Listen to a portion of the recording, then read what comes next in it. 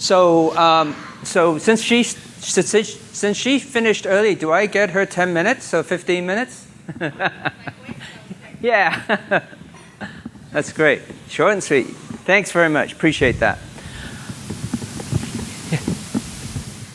So we're just loading up the PowerPoint. There you go. Terrific.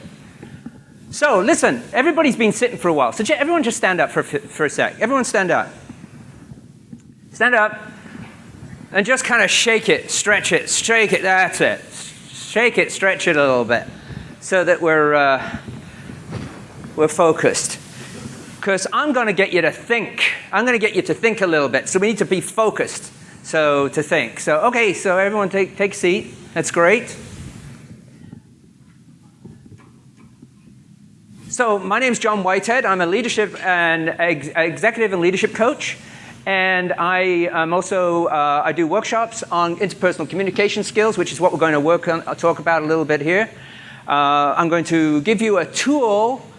During the presentation, you're going to be handed a tool that you'll be able to use right away. I guarantee you'll be using this right away. And it's not only great for use in your careers and your work as a salesperson, but you'll be able to use it outside of work as well. I have over 40 years of sales experience. Yes, I started very, very young. And the tool that I'm going to talk about, I've used for over 20 years. There's a couple of reasons why I love this tool. It doesn't get into the psychological weeds. It just talks about what we can observe. Okay? So I don't know how many people in this room have done some assessments like the Myers-Briggs or MTBI or DISC or colors or strength finders. One of the things you'll realize about those, they're really good assessments. You learn about yourself. It's very difficult to talk to other people and learn about other people. So the tool I'm going to give you will give you an opportunity to figure that out. So that's what we're going to talk about today. This has got to be one of my favorite cartoons ever, Far Side. So this is my favorite one, and I don't know if this has ever happened to you. You're talking to somebody. You say ABC to them. You're on the phone, you're saying ABC, and they hear X, Y, Z, and you go, what the hell happened there? Like, what the hell happened? There's been a ton of research on communications and how we communicate. And there's a lady by the name of Judith Glasser, and she's got this thing called conversational intelligence, where she says 90% of all our communications miss the mark. 90%. You think about that for a second. 90%. In fact, you've probably heard the research that says 55% of the communication we do is body language. 38% or so, or 36% is intonation, tone. 7% is the words. So what happens when you take the body language away? Then finally, what do you do when you take the intonation away and you just have email? The problems we have with communication, it just misses the mark. And so what I'm trying to figure out is how can we improve communications and how can we make the way we communicate with each other and understand each other better. This model does it. So the practical side of me, the sales guy side of me, loves this model because I could use it right away. My sales guys would use the tool that I'm going to be giving you. They'd be able to use that before they went into a sales call and say, what's this client going to be like? One of the other things I do, I'm an adjunct professor at the University of British Columbia, and I teach leadership and entrepreneurship. The academic in me loves the research behind this, loves the detail and the research that's been done behind this. So, there's one other thing I want to just let you know. I'm not talking about personalities here. Forget about personalities. We're just talking about behavior. So what I want you to do right now is in your mind's eye, this is the participation piece. In your mind's eye, think of somebody you know. Could be a coworker, could be a family member, could be a friend, whatever. Just in your mind's eye, think of this one person. Got it? Okay, when this person comes and talks to you, whether it's in person or on the phone, did they talk fast or do they talk slow? Are they assertive when they talk to you? Do they say things in a telling way? Or do they say things in an asking way? You know the difference, right? You've had people that come and they kind of say things in a telling way to you. Let me tell you about this. Or more of an asking. Have you heard of? There's a different way. So this model that I'm going to give you has 2 dimensions, and the first dimension is that it's assertiveness. And here's something to help you out with this model. There's something to help you out with this model. Okay? Just think about this person in your mind's eye. Do they talk fast or slow? So you got this person, even if they're on the phone with you, are they talking fast or slow? Are they got lots to say or very little? Are they loud or are they quiet? And then the nonverbal. Do they use their hands a lot? Do they lean in? Do they take up your personal space? Do they lean back? And eye contact. Okay, so that's the first dimension. It's the assertiveness dimension. It's not aggressive. It's just how people perceive you to be telling or asking. So that's the first thing to think of. That's the first thing to remember. The second dimension is responsiveness. Think of this as emotion. This person that you're thinking of right now in your mind's eye, do they have a tendency to show emotion to you or hide emotion back? And if you know, by the way, there's a scale here, right? There's a scale. So do they have a propensity to show emotion, or do they have a propensity to hide emotion? What do they tend to do? And here's some things to help you out with that. On the verbal side, do they have their voice, is it monotone or is it inflective? Do they tend to talk about tasks, data, information, or is it more about people and stories? On the nonverbal side, again, you've got the use of hands, you've got the body posture, and you've got facial expressions. Okay? So you're thinking about this person, you're figuring how they may talk to you, how they approach you in your mind's eye, this conversation you're having with them. Are they fast? Are they slow? Are they hiding the emotion or controlling their emotion? Now, something to think about. People do all of these all the time, at different times, right? They do all of these at different times. But what do they tend to do most of the time? Or more often than not? Okay, you got that person? Okay, so we're going to take this model and we're going to put it together. So those of you who may have taken DISC, you might notice this. A similar thing. So there's 4 styles. So let me say right now that I do not like putting people in boxes. People are not labels. You can't label people. So think of these as neighborhoods. These are the neighborhoods people live in. So if you have somebody who is teleassertive and controls their emotions, can control their emotions, they live in the driving style neighborhood. And there's some descriptors for them. And if you'll notice, there's pros and cons. Okay? If they are teleassertive and have a tendency to show their emotions, they live in the expressive neighborhood. And by the way, what you're getting here is a 30-minute version of a 3-hour workshop I do. So we're crunching this down. In my 3-hour workshop, I put people through an exercise to figure out what they may be here. All right? If they show their emotion and they tend to be ask-assertive, they live in the amiable neighborhood. And if they control their emotions and ask, they live in the analytical. And there is some descriptors for them. Now, as I said, I've used this model for about 20 odd years. And when I'm not the sharpest knife in the drawer. And when I started learning this model, I had some trouble trying to figure it out and kind of grab hold of it. Until I took a workshop, I remember it distinctly, at York University in Toronto.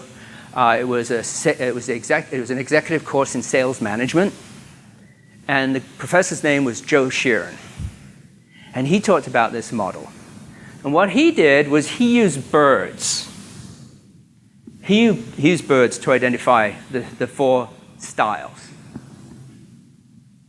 So when you think of, in our cultural context, what do you think of when you think of an eagle? What do you think of when you think of an eagle? Shout it out. When you think of eagle, what does an eagle say to you? Yeah.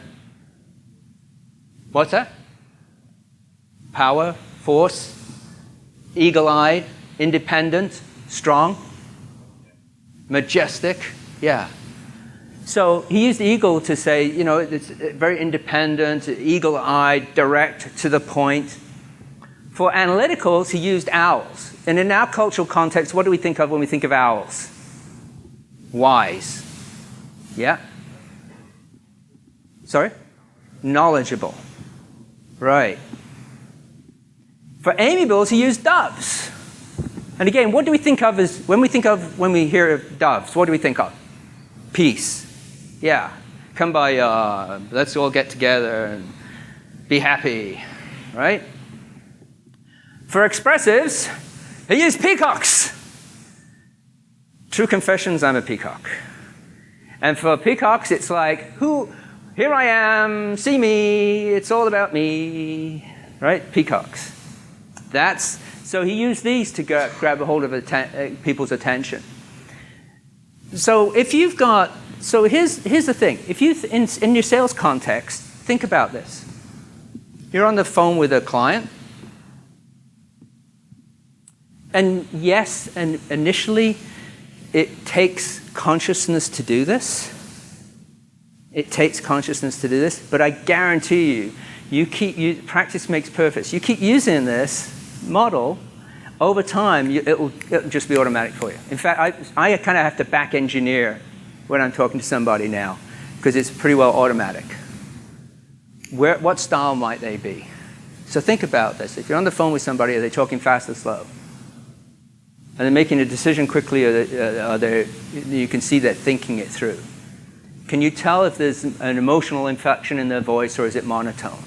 And very quickly, just on a piece of paper, just go to this graph, and you'll be able to place people in the space.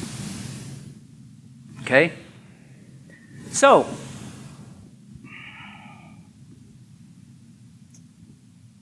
each one of these styles has got a need. And it has an orientation, and it has a growth area. So think of that person in your mind's eye, where they might fit. Okay? Just think about that person in your mind's eye. If they have a driving style, if they live in the driving neighborhood, their need is for results. Think of the eagle. They need results. They need to get it done. Their orientation is action. They're always doing stuff. In fact, if you have somebody who's in the top right, by the way, one of the things you can do with this model, you can take each one of these styles and you can split them into quadrants too, if you want. You can get really deep into this thing. But if you've got somebody who's in a driving style, if you're talking to somebody in a driving style, here's a hint. You've got a 30-minute meeting planned with them, scheduled with them, planned for 15 minutes. Because after 15 minutes, they're gone. They're on to the next thing. They want to do something else, right? If you've got a meeting scheduled or you've got a phone call scheduled with a driver, it's not that you don't get ready or prepare, but you hold most of it behind your back. And then if they ask for it, then give it to them. Or else you've just lost them, right? Now, if you yourself think you might be a driver, your growth action is to listen. Anybody that's on that side of the scale has to slow down, and they have to learn to listen. So if any of you in this room are in a supervisor or a management role, and you've got direct reports reporting to you, one of the things you have to learn is to slow down and listen. And listen, not only listen, and I'm not talking about listening to others necessarily, but also listen to that voice in the back of your head too, all right? It's trying to tell you something. So slow down and listen. If you're an expressive, your need, as I said before, is personal approval. It's about you. By the way, one of the other ways to figure out somebody's an expressive, go into their office. They'll have every frigging diploma they ever earned on the wall. Then their orientation is spontaneity. In other words, I had a boss once said that, John, the problem with you is you ready, shoot, aim. You ready, shoot, aim. I'm the guy that goes to IKEA and doesn't bother with the instructions. In fact, it happened to me 3 weeks ago. and I actually broke a piece because I was trying to shove it in, but it was the wrong size. I had to go back to IKEA. They will actually give you a replacement piece, which is nice. But I thought it was screwed. But I'm the guy that says, and then when I'm left with a little bit, where the hell does this little bit go? I don't know. So the spontaneity.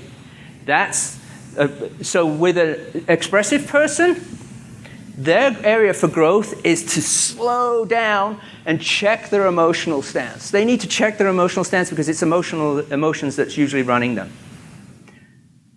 Right? So if you've got somebody working for you, or that person you were thinking of, you think maybe in that space, lives in that neighborhood, and you wonder why they're running off and doing stuff and not thinking, they need to slow down. So for example, my wife, when I leave the house, she goes, have you got your car keys? Have you got your wallet? Have you got your socks? Because 9 times out of 10, I'm driving back to the house to pick up my cell phone because I've left it on the friggin' counter, right? So it's slow down, it's to think.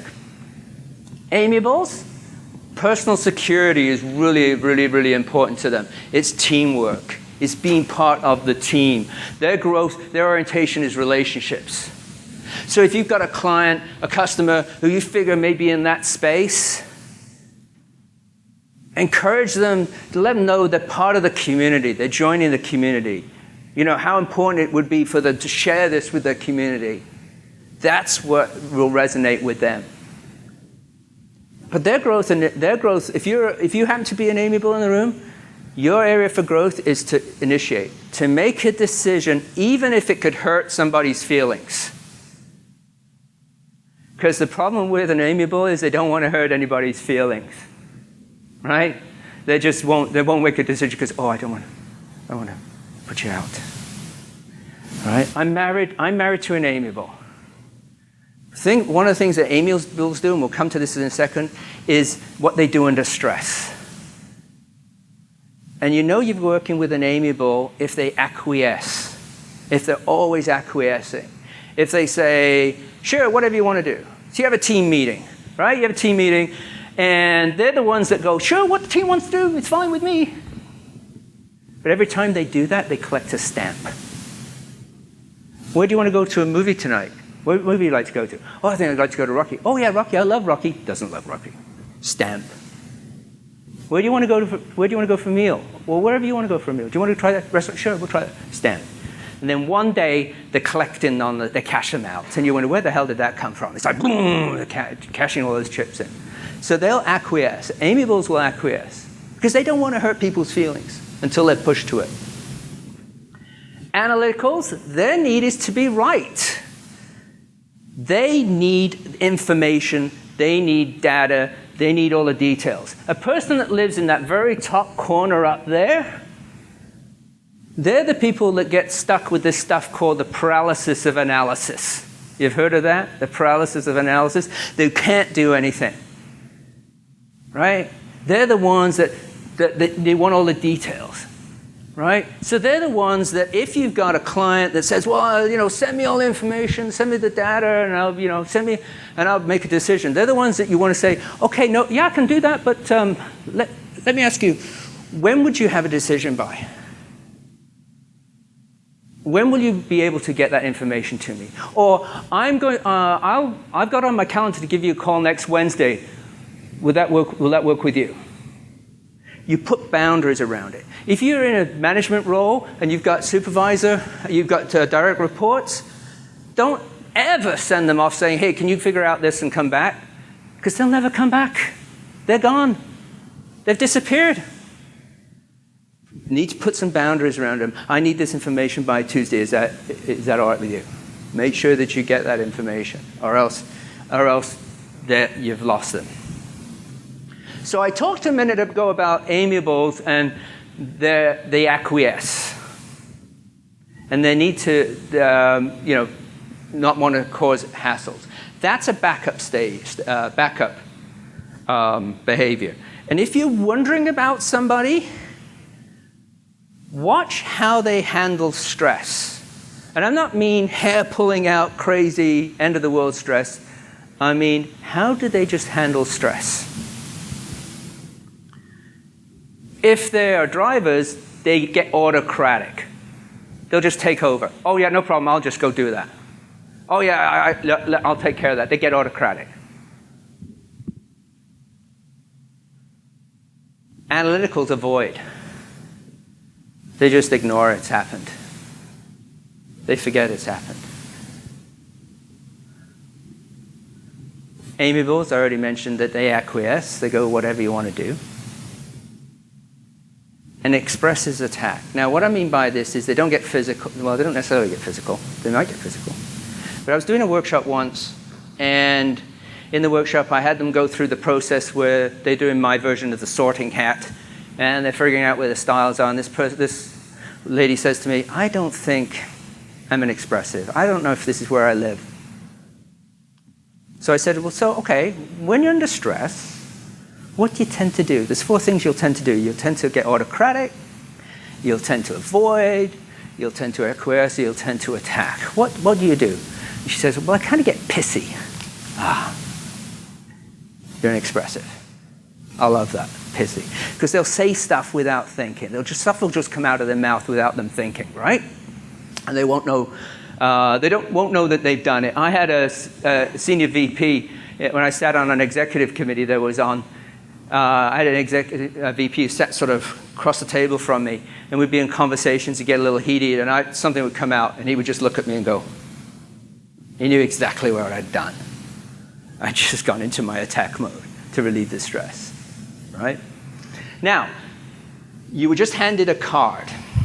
That tool, that's the tool all my sales guys got. Because what they would do is before they went on a call, they'd pull that out and take a look. And they'd say, okay, this person is tell, ask, control, emote, okay, probably a driver. What do I need to be aware of? And would run down the list and figure out, okay, that this is what the person wants results. Here's a beautiful thing. Here's a little hint for you with people who live in the driving neighborhood. They love to be challenged. So I used to love this in the sales calls, that somebody would give me an objection. And I would say, I'm going to challenge you on that. If I knew the driver, I'd look them right in there and say, I'm going to challenge you on that. You can see their eyes light up. The gloves would go off. All right, let's go. We're going for this, right? Those were some of the best sales conversations I had because they loved to be challenged. They wanted to be challenged. They lived to be challenged, right? If you scoot further on down, you'll see that they want leadership. They want to take ownership. They want to make sure that they want to know that they're in control. So help them be in control. Finally, if you take a look at the very bottom, there's the stress indicators. You'll notice that they start out being autocratic. And as more stress lays on, they'll go through sort of a Z pattern, avoid, attack, and they'll end up at acquiesce. When drivers are under so much stress, they don't know what to do. And this is important for you in the room that may have direct reports. When drivers are on such huge stress, if you start watching them start to avoid, that's a red flag. That is a huge red flag. That's a warning sign. Look out. That's really dangerous. Same thing with an expressive. You see an expressive start to go analytical, right? That is a huge issue as well. So you want to make sure that you're watching out for that. For clients too, if you're on the phone with somebody who you figure is a driver and they start to acquiesce, be careful. Just be careful how you close that sale, okay? So I said there's a couple of reasons why I love this model. And I said one is because of the research. It came out in the 60s. It was put together for the US Navy by 2 industrial psychologists. Stuff is being built on it. Research is being built on it. And if you flip over that card that I gave you, you will see that there is the emotional intelligence, something called emotion. How many of you have done any work or read anything on emotional intelligence? Daniel Goleman, okay? One of the reasons I love this model, it does this with emotional intelligence. How we improve, especially in sales, one of the ways to improve is to build our emotional intelligence. The first step is knowing yourself. Second is how to control yourself, what to do with that. So if I recognize that I'm in the driving style, recognize what that means to me. And by the way, if you go home at the end of the day, If you've ever gone home at the end of the day, just wrung out, just totally exhausted, right? I'm sure you've done that. Chances are you've had to work outside your style. You've had to spend time outside your style. So if you're an expressive like I am, and you've had to crunch numbers, you're working outside your style. The amount of energy it takes, or if you're a driver style and you're working with amiables all frigging day, and you just want to get it done, they just want to get to know people, and you're saying, let's just go get it done, that takes a lot of energy. So again, recognizing who you are. The third thing about emotional intelligence is understanding other people, where they are, and that's what I've given you a model to do that. And the fourth thing is to do something for them. And this is where I'm going to give you the platinum rule. Maybe you've heard of the platinum rule before.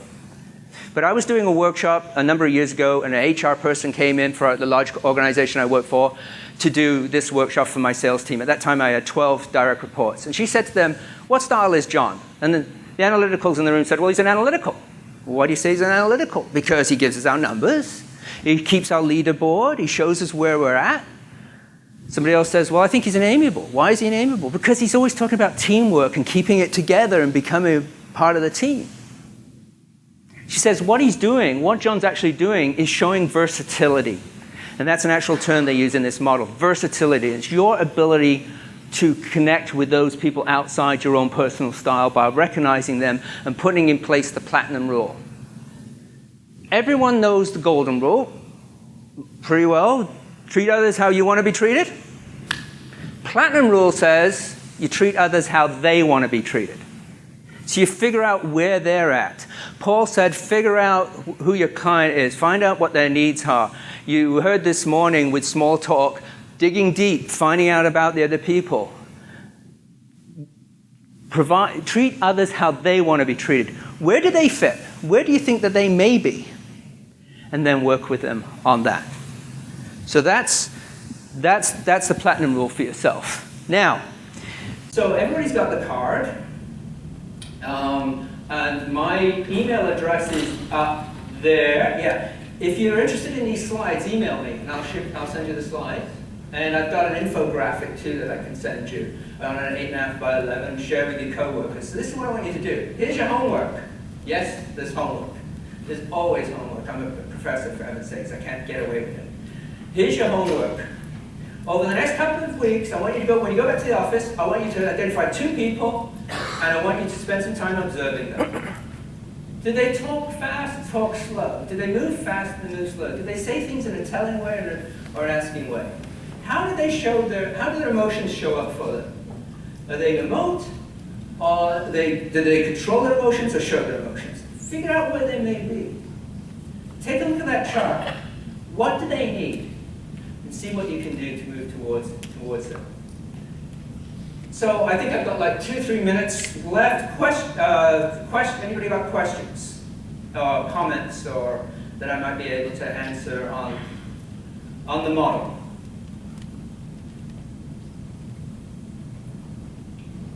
Oh, I did such a great job. Oh, okay, sorry. Oh, damn. Yes, you mentioned like if one person wants to improve and then towards the end of the sale, the other ones end up moving back. What do you think the reason for that shift is instead of dangerous? So why would that be dangerous? Yeah, so what they're doing is that's their backup behavior. So let me just make one other comment that's related to that. So what's happening with the shift, right? By the time you're 11 or 12, you're set. You're pretty well set here on what style you are. Unless you have a frontal lobotomy or something really significant changes, right? You won't shift, right? Unless something happens. And so what's causing those shifts and how people are their backup behaviors is caused by the amount of stress that they're under. So it could be a various number of things, right? It could be they're feeling pressure or whatever. So you just want to be aware of that. So somebody who's shifted and they go into the acquiesce mode, if they were a driver, right? You may think you got the deal, and they're the ones that a week later phone up and say, you haven't really cemented. So watch that. Answer? Yeah? Good? Anybody else? Other questions or comments? Every time somebody asks a question, it brings things, something else comes up. Yeah. Hang on a sec.